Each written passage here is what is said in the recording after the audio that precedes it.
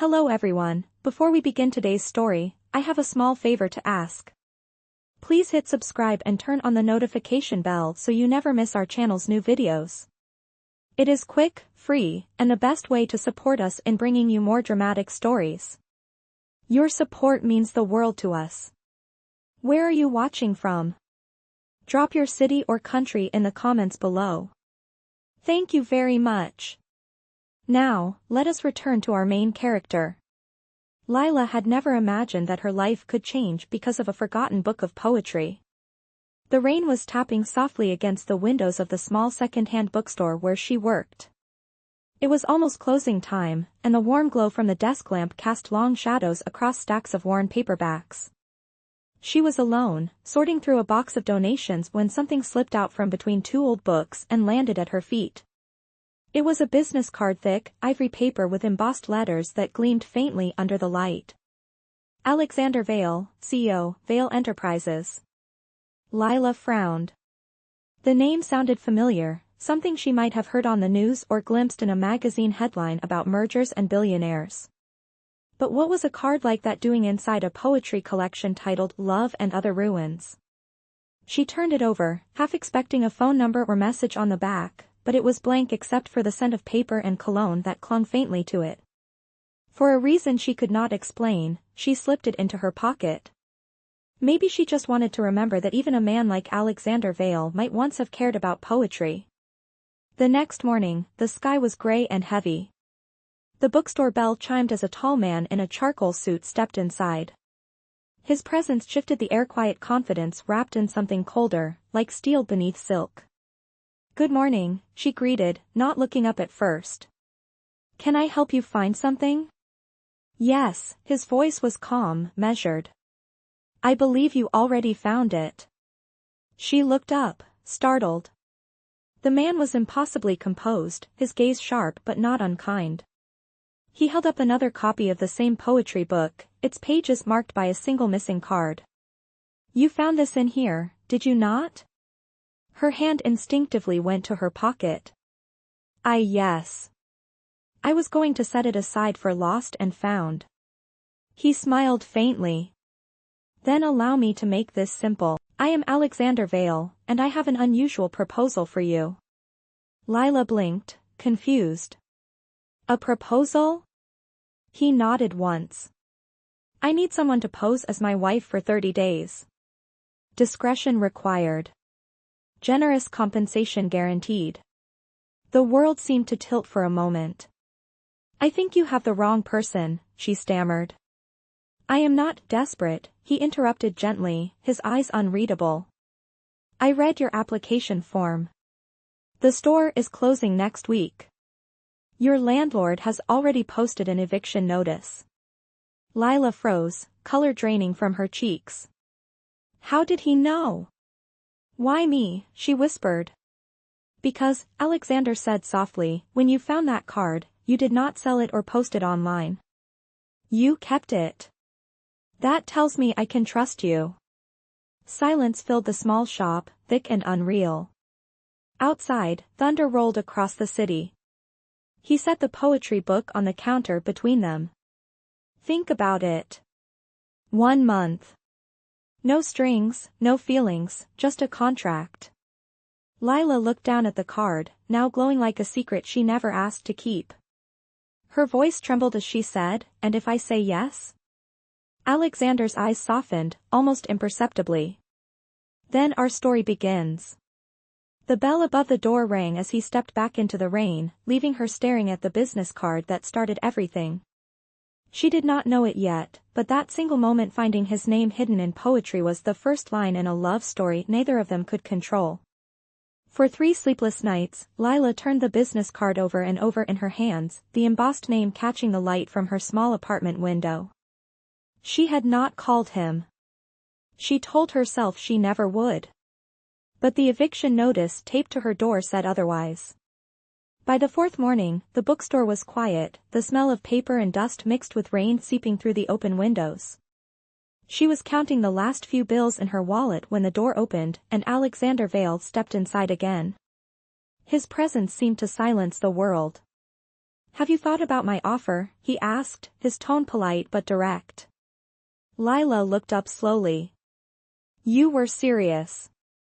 I never make jokes about business, he replied, setting a sleek folder on the counter. Everything you need to know is in here. Payment schedule, contract duration, legal confidentiality. She hesitated, tracing the edge of the folder. Why would a man like you need a fake wife? Alexander's gaze held hers, unwavering. My company's board requires stability for a pending merger. Appearances matter. Investors trust men with families more than men with solitude. His voice softened slightly. And I have no time for distractions that come with real relationships. Lila gave a quiet, ironic laugh. So, you want companionship without complication? I want peace, he said simply. The word landed heavier than she expected. And what about me? She asked. What do I become in this deal? He looked at her for a long moment before answering. Someone who gets a chance to start again. The room fell silent except for the sound of rain tapping the window pane. Finally, she opened the folder. The contract was precise, coldly formal: 30 days, strict confidentiality, no physical intimacy, termination clause by mutual consent. But the number written in bold at the end made her catch her breath. $50,000. Enough to pay her debts, enough to start a new life. She lifted her eyes to him. You are really sure about this? I am sure about everything I do, he replied. But you should not sign unless you are too. She hesitated for what felt like forever, then picked up the pen. Her signature trembled slightly, ink bleeding into the paper. When it was done, he reached across the counter, offering his hand. Welcome to the arrangement, Mrs. Vale. His tone was neutral, but the faint curl of a smile hinted at something unspoken. Lila managed a weak nod. When do we start? Now, he said. Outside, his black sedan waited at the curb, the engine humming softly. The ride to his penthouse felt like crossing worlds. The city lights reflected on the windows, blurring the distance between who she was and who she had just agreed to become. When they arrived, the elevator opened to a vast expanse of glass and marble, the kind of luxury she had only ever seen in magazines. The air smelled faintly of cedar and something darker, his cologne, maybe. A housekeeper greeted them, bowing slightly before disappearing down the hall. This will be your room, Alexander said, leading her to a quiet corner of the apartment. The view stretched across the skyline, endless and unreal. You will move in tomorrow. A stylist will arrive at noon to prepare you for the first event. Event, she repeated, still stunned. A charity gala. My family will be there. His tone cooled slightly, as if drawing a boundary. You will have to memorize the details of how we met. The story will be simple poetry, the bookstore, fate. Keep it consistent. Lila swallowed hard. You have done this before, have you not? He looked out the window, his reflection sharp against the glass. No, he said quietly. But you are the first person who did not ask for more. Before she could answer, he handed her a slim silver keycard. Rest for tonight, Lila. Tomorrow, the act begins. As he turned away, she caught a glimpse of something fleeting in his eyes, loneliness disguised as control. The elevator doors closed between them with a soft hiss. Alone in the marble silence, Lila stared at the skyline glittering below. Somewhere deep inside, she whispered to herself, you wanted a new beginning, and now you have one. But even then, she knew that some contracts change more than lives, they change hearts. The next morning, sunlight poured through the floor-to-ceiling windows of Alexander's penthouse, painting gold across the marble floor. Lila stood by the glass, barefoot, still not used to the silence that came with luxury. She had not slept much. Every time she closed her eyes, she saw her name beside his on the contract. The word wife felt too heavy for her tongue. At noon, a stylist arrived carrying garment bags and boxes of jewelry. Lila sat quietly while they worked, makeup brushed over freckles, hair styled into elegant waves, a navy gown fitted perfectly to her frame. When she looked in the mirror, the reflection staring back was someone else entirely. "You look exquisite," Alexander said from the doorway. He was dressed in a tailored black suit, every button precise, his silver cufflinks gleaming under the light. For a moment, he just watched her, then extended his arm. "Ready, Mrs. Vale?" The title sent a shiver through her. "As ready as I can be," she said softly. The drive to the gala was quiet except for the sound of the city rushing past. He briefed her in calm, clipped sentences: how to answer questions, where to stand, which family members to greet. "Do not overthink it," he added. "Just stay close to me." Lila tried to memorize every detail, her hands clenched together in her lap. When they arrived, camera flashes exploded like lightning. Reporters called out Alexander's name, their voices blending into a blur of noise. He stepped out first, calm and assured, then turned to offer his hand. "Smile," he murmured. She did. The ballroom was filled with glittering chandeliers and polished laughter. Lila felt the weight of every gaze as they walked in together. Conversations paused, whispers followed. "That must be his new wife," someone said. She kept her chin high, remembering the story: poetry, bookstore, fate. When the chairman of Vale Enterprises approached, Alexander placed a protective hand at her back, guiding her forward. "This is Lila," he said smoothly. "She reminds me that beauty can still exist beyond numbers." The older man chuckled, charmed. Lila smiled politely, but her pulse thundered. Later, while Alexander spoke with investors, she slipped toward the balcony for air. The night sky above New York shimmered, alive and endless. She exhaled slowly, the cool breeze calming her nerves. "Beautiful view, is it not?" The voice came from behind her. Alexander, now without the sharp edges of his public mask. "It is overwhelming," she admitted. "All of this, it feels like someone else's life." He stepped beside her, his reflection merging with hers in the glass. "It feels that way to me, too." The honesty in his tone caught her off guard. He leaned against the railing, eyes fixed on the skyline. "When my father died, I inherited everything but peace. I built this empire to prove something I no longer remember." Lila turned to him. "And now you are pretending to have love to keep it?" He gave a faint smile. "Pretending is easier than losing again." For a long moment, neither spoke. The music from inside drifted through the open doors, soft and distant. Then his phone buzzed, snapping him back to the moment. "We should go back," he said quietly. "The performance is not over yet." Inside, a group of women intercepted them, elegant, polished, curious. "So, you are the mystery bride," one of them teased. Lila forced a polite smile. "Yes, fate works in strange ways." Another woman raised a glass. "Alexander never told us he had a romantic side." He gave a rare, subtle grin. "Perhaps I am learning." The table erupted in laughter. For the first time that night, Lila felt herself breathe. As the evening ended, they left through a side entrance to avoid the remaining photographers. In the car, the silence felt lighter, almost companionable. "You handled yourself well," he said. "You did not just survive tonight, Lila. You impressed them." She looked out at the city lights flickering past. "I was only being honest." "Exactly," he said, his voice low. "That is what they find rare." Back at the penthouse, he walked her to her room. Before she stepped inside, he paused. "Thank you," he said simply. "For tonight." She met his eyes, unsure how to respond. "Good night, Alexander."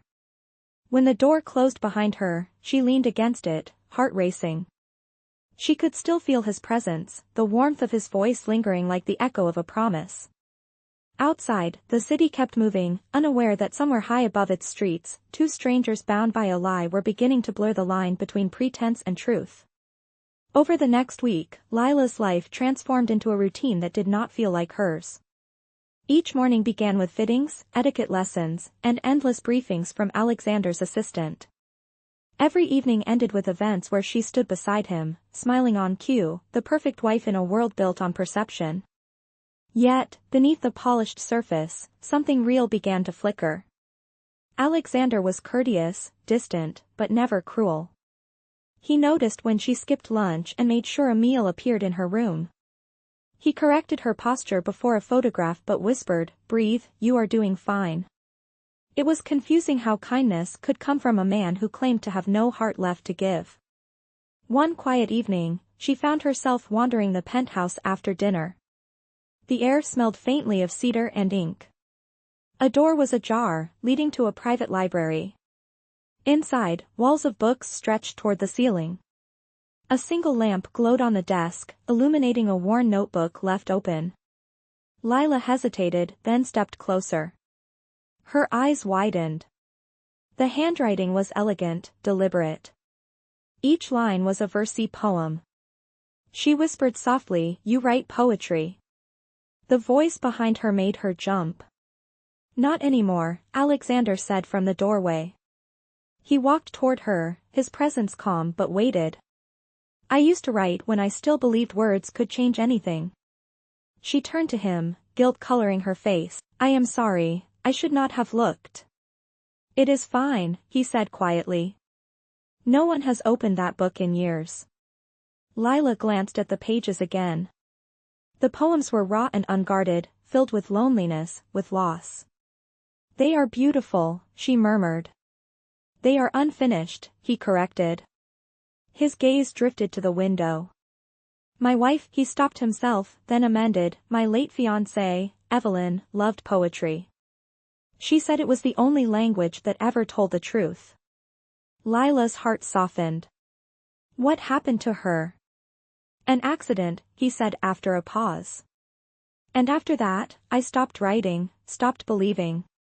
The silence that followed was heavy but not cold. For the first time, she saw not the CEO who controlled every room, but the man who could not control his own grief. "Maybe," she said gently, "words only stop meaning something when we stop listening to them." He looked at her, and for a moment, the distance between them disappeared. "You talk like you still believe in happy endings," he said. "I believe in second chances," she replied. Alexander smiled faintly. "That is what this arrangement is supposed to be for me. A second chance to be seen as whole." She met his gaze. "Then stop pretending you are made of stone." His expression flickered half surprise, half admiration. He stepped closer, his voice lowering. "Careful, Mrs. Vale. People might start to believe you are not pretending either." Her breath caught, but before she could respond, his phone rang. The spell broke. "I have to take this," he said, turning away. "Good night, Lila." When he left, she stood alone among his unfinished poems, realizing that for all his wealth, the man was still trapped in something money could never fix. That night, she dreamed of ink-stained pages and the sound of his voice reciting words he had forgotten how to say.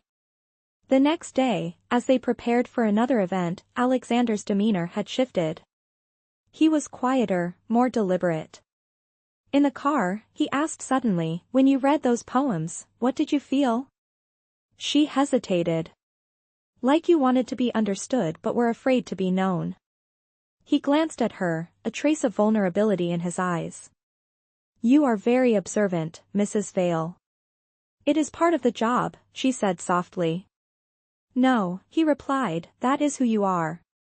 The words lingered between them all the way to the gala. Under the crystal lights, as cameras flashed again, Lila realized she was no longer acting. Every time his hand brushed hers, it felt less like a performance and more like a confession. When the night ended and they returned home, Alexander walked her to her room as usual. But this time, he paused longer than he should have, eyes searching hers. "Good night," he said, his tone softer than ever before.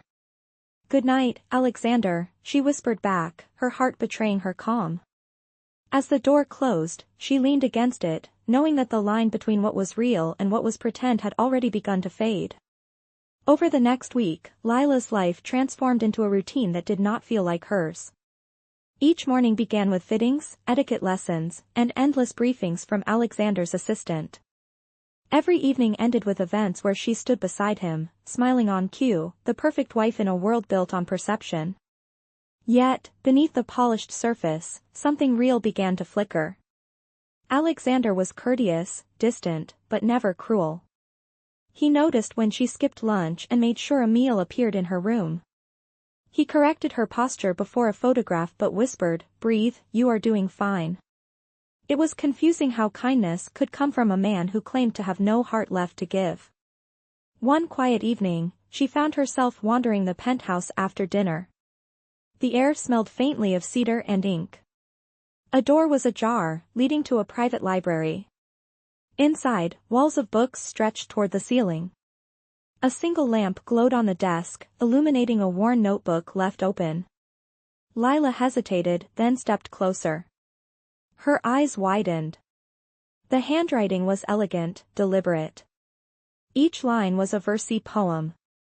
She whispered softly, "You write poetry." The voice behind her made her jump. "Not anymore," Alexander said from the doorway. He walked toward her, his presence calm but weighted. "I used to write when I still believed words could change anything." She turned to him, guilt coloring her face. "I am sorry, I should not have looked." "It is fine," he said quietly. "No one has opened that book in years." Lila glanced at the pages again. The poems were raw and unguarded, filled with loneliness, with loss. "They are beautiful," she murmured. "They are unfinished," he corrected. His gaze drifted to the window. "My wife," he stopped himself, then amended, "my late fiancée, Evelyn, loved poetry. She said it was the only language that ever told the truth." Lila's heart softened. "What happened to her?" "An accident," he said after a pause. "And after that, I stopped writing, stopped believing." The silence that followed was heavy but not cold. For the first time, she saw not the CEO who controlled every room, but the man who could not control his own grief. "Maybe," she said gently, "words only stop meaning something when we stop listening to them." He looked at her, and for a moment, the distance between them disappeared. "You talk like you still believe in happy endings," he said. "I believe in second chances," she replied. Alexander smiled faintly. "That is what this arrangement is supposed to be for me.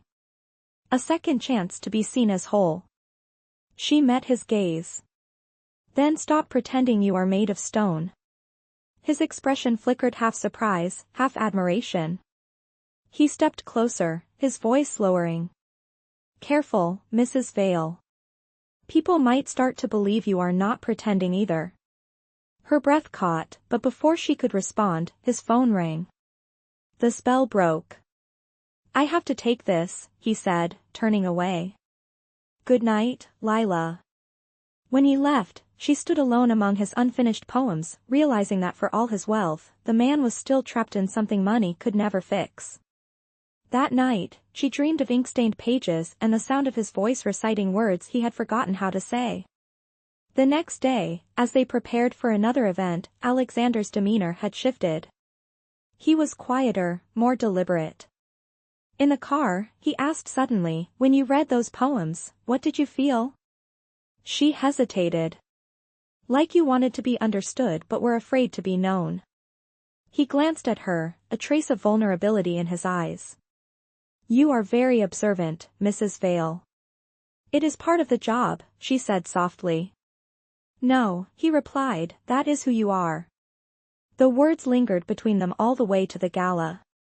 Under the crystal lights, as cameras flashed again, Lila realized she was no longer acting. Every time his hand brushed hers, it felt less like a performance and more like a confession. When the night ended and they returned home, Alexander walked her to her room as usual. But this time, he paused longer than he should have, eyes searching hers. "Good night," he said, his tone softer than ever before. "Good night, Alexander," she whispered back, her heart betraying her calm. As the door closed, she leaned against it, knowing that the line between what was real and what was pretend had already begun to fade. That night, rain whispered against the glass walls of the penthouse. Lila could not sleep. The events of the last few weeks had blurred into something she no longer knew how to define. It was supposed to be a contract, but every glance, every moment between them had begun to feel dangerously real. She wrapped herself in a blanket and walked quietly toward the library, the one place that felt alive in that marble world. The lights were dim, but she saw a faint glow coming from inside. Alexander was there, sitting by the window, his shirt sleeves rolled up, a glass of whiskey untouched beside him. "You are awake," he said without looking at her. "Could not sleep either?" She shook her head. "Too much on my mind." He gestured toward the chair across from him. "Join me." She sat, her hands folded nervously in her lap. For a moment, neither spoke. The only sound was the rain and the distant hum of the city. "I thought I was good at keeping people out," he said finally, his voice low. "Then you came along, and suddenly I cannot tell what is real anymore." Lila met his gaze. "Maybe real is not about what we planned. Maybe it is about what we feel when the plans fall apart." A quiet laugh escaped him, more breath than sound. "You make everything sound so simple." "It is simple," she said softly. "You just do not trust it." He looked at her for a long moment, and something shifted in his expression. The mask he always wore fell away. He reached into the drawer beside him and pulled out the same poetry book where she had first found his business card. "Do you remember this?" he asked. She nodded. "How could I forget?" "It used to belong to Evelyn," he said. "I left my card in it the day after she died. Maybe part of me hoped someone would find it and remind me that love still existed. And then you did." Lila's eyes softened. "So it was not coincidence." "No," he said, voice barely above a whisper. "It was timing." He opened the book and handed it to her. Between the pages was a folded note written in that same elegant script. "Read it," he said. She unfolded the paper slowly. The poem was short but raw, a confession written long before they met. It spoke of losing everything, of waiting for a stranger to remind him of life. When she looked up, his eyes were fixed on hers. "You wrote this before you knew me," she said. "Yes," he replied. "But somehow, it was always about you." The words hung in the air, fragile and unreal. Her chest tightened. "Alexander," he stood, taking a slow step closer. "Do not say anything," he said softly. "Just let me have this moment where nothing else matters." His hand brushed her cheek, tentative, as if asking permission. She did not move away. The world outside faded, the rain, the city, the rules they had written for themselves. For the first time, there was no pretending. He kissed her, gently, reverently, as though afraid she would disappear if he pressed too hard. When they finally pulled apart, neither spoke. The silence said more than words could. "We cannot let this change everything," she whispered. "It already has," he answered. The next morning, the air between them felt different. Softer, quieter, but laced with something dangerous. Over breakfast, Alexander was back to his usual composure, but his eyes lingered on her longer than before. "We have the charity event tonight," he said. "Are you ready?" "As ready as I can be," she replied.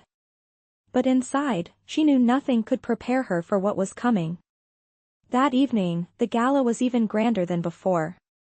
Cameras flashed, champagne flowed, and the crowd seemed endless. Yet, every time Alexander's hand found hers, Lila forgot about the noise. Under the chandeliers, they moved like two people who belonged in another story. When the speeches began, he was called to the stage. His words were sharp, eloquent, but when his gaze met hers across the room, his voice softened almost imperceptibly. "There are some partnerships that begin as business," he said into the microphone, "but end up teaching us what no balance sheet ever could, what it means to be human. The audience applauded politely, unaware of the storm behind his calm expression. Lila's heart pounded. When the night ended, they returned home in silence. Before she went to her room, he stopped her in the hallway. "Lila," he said, his voice low, "whatever happens next, you should know that none of this feels like a lie anymore." She met his eyes, her voice barely a whisper. "I know." Then she turned and walked away, her heart breaking with the truth she could no longer deny. What had started as a contract was now the most honest thing either of them had ever felt. The morning after the gala, the world seemed quieter, but not peaceful. Lila woke to the sound of her phone vibrating endlessly on the nightstand. When she finally answered, her voice was heavy with sleep. "Hello?" It was the bookstore owner, her old boss. "Lila, are you watching the news? Your face is everywhere." Her stomach dropped. She turned on the television. Headlines screamed across the screen: Alexander Vale's secret marriage exposed, fake wife scandal. Photos from the gala flashed, every smile, every glance between them, dissected by commentators. Lila's hands trembled as she turned off the TV. A few minutes later, Alexander stormed into her room, his jaw tight, his usual calm gone. "Who leaked this?" he said sharply, more to himself than to her. "I do not know," she whispered. "Alexander, they are calling me a fraud." He exhaled slowly, running a hand through his hair. "I will handle it." "Handle it how?" she asked, her voice shaking. "By burying me with a press release?" His eyes met hers, conflicted. "You think I would let them destroy you?" "I do not know what to think anymore," she said. "Maybe this was always about business for you." "Do not say that," he warned quietly. "Then tell me what this was," she demanded. "Because I do not even know who I am in your life right now." The silence that followed was deafening. Finally, he said, "You are the only person who ever made me feel real. That is why this cannot last." The words hit her like a blow. "So, that is it? You feel something, and then you run?" He turned away, his voice breaking slightly. "If I stay, you will be the one who gets hurt." Before she could stop him, he was gone. The rest of the day passed in a blur of reporters outside the building, phone calls she refused to answer, and headlines that twisted every detail of her life. By nightfall, she packed her things quietly. When the elevator doors closed behind her, she caught her reflection in the mirrored wall. No gown, no jewelry, just Lila again. Down on the street, rain began to fall, soft at first, then harder, soaking through her coat. She did not look back. Across town, Alexander stood in his office, staring out at the city that once bowed to him. His assistant entered hesitantly. "The board wants a statement, sir." He nodded without turning. "Tell them the marriage was a misunderstanding. Take all the blame." "And her?" "Leave her out of it," he said firmly. When he was alone again, he sat at his desk, opened the notebook from his library, and for the first time in years, he wrote. The words came fast, unguarded, painful. They were about her, every word, every truth he could never say aloud. Meanwhile, in a small apartment across the city, Lila curled up on her bed, scrolling through the storm of online comments. Some were cruel, but others defended her, saying she looked too sincere to be lying. She closed her eyes, remembering his voice, his touch, the way he had said her name like it meant something. A tear slid down her cheek. "You said this would not hurt," she whispered into the dark. But the truth was, it already did. And somewhere high above the city, Alexander Vale stared at his unfinished poem, realizing too late that walking away from her had been the most cowardly business decision of his life. 2 weeks passed, and the scandal began to fade from the headlines, but Lila's heart still carried the echo of what had been lost. She had found a small job at a local cafe, pouring coffee for strangers and pretending their smiles were enough to fill the silence inside her. Every night, she walked home past the bookstore where it had all begun, its windows now empty, a "for lease" sign taped to the glass. Sometimes she wondered if any of it had been real, if Alexander had ever meant a single word he said.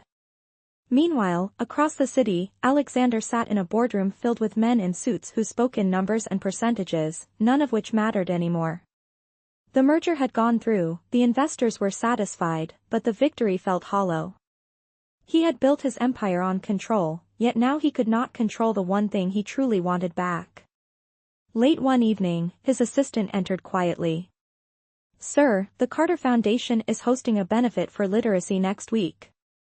They asked if you would attend." Alexander looked up from the poem he had been rewriting for days. "A literacy event?" "Yes, sir. Local authors, teachers, small business owners. It is about rebuilding community through words." The phrase lingered in his mind, words, community, rebuilding. He closed the notebook and stood. "Send my confirmation." On the night of the event, the hall was simple but filled with warmth, so different from the glittering galas he was used to. There were shelves of donated books, tables with paper flowers made by children, and a soft piano playing in the background. As he greeted the organizers, his gaze froze. Across the room, near a display of poetry collections, stood Lila. She was dressed simply, a volunteer name tag pinned to her blouse, her hair tied back. She was laughing with a group of students, the light catching her face the way it always had. For a moment, Alexander forgot how to breathe.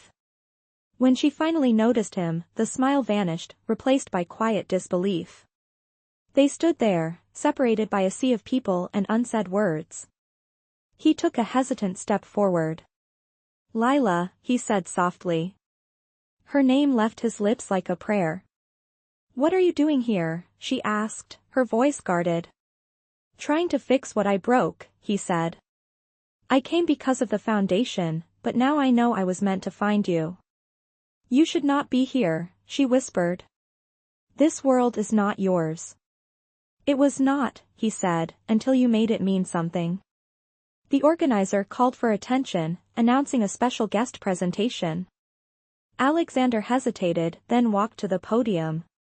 The crowd quieted as he unfolded a sheet of paper. "Tonight, I was asked to speak about words," he began. "But instead, I want to talk about silence, the kind that comes when pride replaces honesty." His eyes met Lila's across the room. "I once made a deal that began with a lie, and in trying to protect myself, I lost the only person who ever told me the truth." He took a breath, his voice steady but thick with emotion. "So, this is my truth. The business card she found in that poetry book was never just an accident. It was a message I did not know how to send." The audience listened, captivated, unaware of the story behind every word. When he finished, the room erupted in applause. Lila stood still, tears welling in her eyes. As the crowd dispersed, he approached her again, holding out the same poetry book that had started it all. Inside, a new note was tucked between the pages. "Read it," he said. Her hands trembled as she unfolded it. The line was simple but honest: "Love is not a contract. It is a promise I failed to keep, but one I will spend my life trying to honor." When she looked up, his eyes were unguarded, full of the sincerity she had always wanted to see. The air between them felt like the first breath after drowning. And for the first time, she did not walk away. The crowd began to fade, leaving only the two of them standing in the quiet glow of the event hall. Lila held the poetry book close to her chest, the note trembling in her hand. For a moment, neither spoke. The silence was not heavy anymore. It was soft, like a breath before forgiveness. "Why now?" she finally asked. "Why tell the truth after everything?" Alexander's voice was low but certain. "Because I built my life on contracts and control, and I lost everything that made it human. You reminded me that love is not something to sign for, it is something to show up for." She searched his face, looking for the man she had once believed in. "How do I know this is not just another performance?" He took a step closer, his tone almost a whisper. "Because this time, there is no audience, no cameras, no board to impress. There is just you." Her tears fell silently. "I wanted to hate you," she said. "I tried to, but I could not." Alexander smiled faintly. Good. Because I never stopped loving you, not even for a moment. The simplicity of his words disarmed her. It was not grand or rehearsed, it was real. He reached into his pocket and pulled out something small, a silver ring, delicate, understated. It is not a diamond, he said softly. It is the same metal used in the first printing press. I thought it was fitting. She laughed through her tears. Only you would find poetry in metal. Only because you taught me to look for it, he said. He did not kneel, he did not need to. Lila, will you give us a real chance this time? No contracts, no deadlines, just whatever this issionist and unfinished. She looked down at the ring, then back at him. You really wrote all this in your poems? Every word, he said. But none of it mattered until you read it. Slowly, she held out her hand. He slipped the ring onto her finger, and for the first time since they met, she felt completely seen. The hall lights dimmed around them, but it no longer mattered. The world outside could spin its stories, they were done pretending. Months later, the camera of time would find them again at a small bookstore by the river. The sign above the door read, Veil Verse. Inside, shelves were lined with donated books, and a small section displayed a newly published poetry collection titled The Art of Lila Brooks. On the first page, a dedication read, For the woman who found my name in a book of poems and helped me find my heart in hers. The bell above the door chimed as a couple walked in hand, smiling like they had learned how to love without conditions. Behind the counter, Lila looked up from her book and smiled as Alexander placed a fresh bouquet of lilies beside her. Busy day? He asked. Always, she said. But the good kind. He leaned over, kissed her forehead, and whispered, worth every chapter. She laughed softly. Outside, the sun began to set, its reflection dancing on the shop window where one old business card still rested in a glass frame. Beneath it, in Lila's neat handwriting, a single line read, Love, like poetry, is never a mistake. And in that simple truth, their story finally found its ending, a beginning disguised as forever.